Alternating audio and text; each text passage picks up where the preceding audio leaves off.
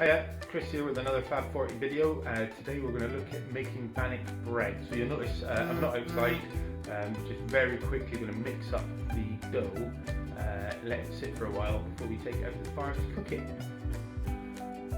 We've got a really simple setup here. In the tub we have some self-raising flour. I've taken some of that out, so what we've got there is probably about 2 or 3 cups. I saved half a cup just in case I make it too wet.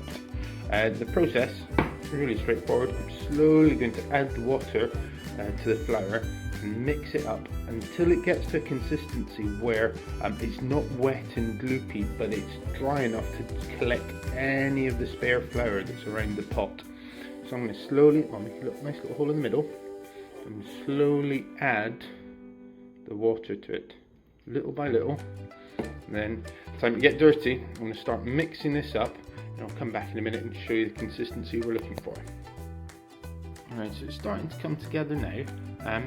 Notice how wet it is in the corner there. If you find that your mix is too wet, that's why we've saved a little bit of flour, so we can add that in to just try and dry it up.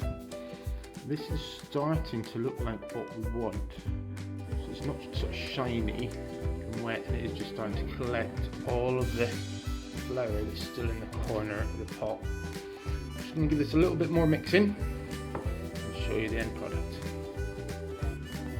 And there we go, there is our dough. Now you can see it's nice and stretchy, but notice how it's not sticking to my hands, it's actually taking some of that flour off my hands. So there's a nice simple Bannock dough.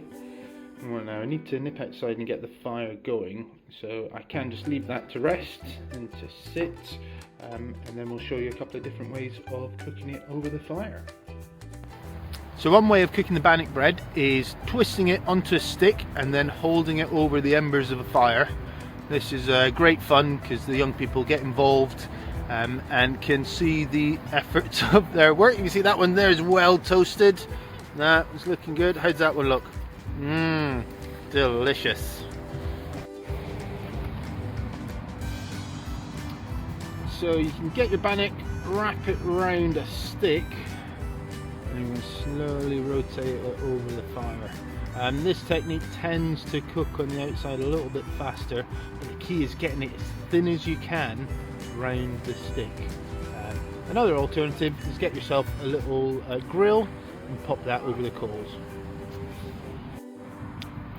Using a little grill is a really effective method for cooking these Bannocks, and it allows you to make much bigger ones as well.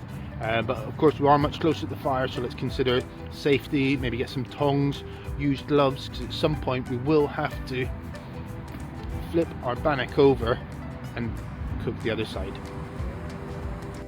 There we go, Bannock on a stick, one of the best ways I think of cooking over an open fire.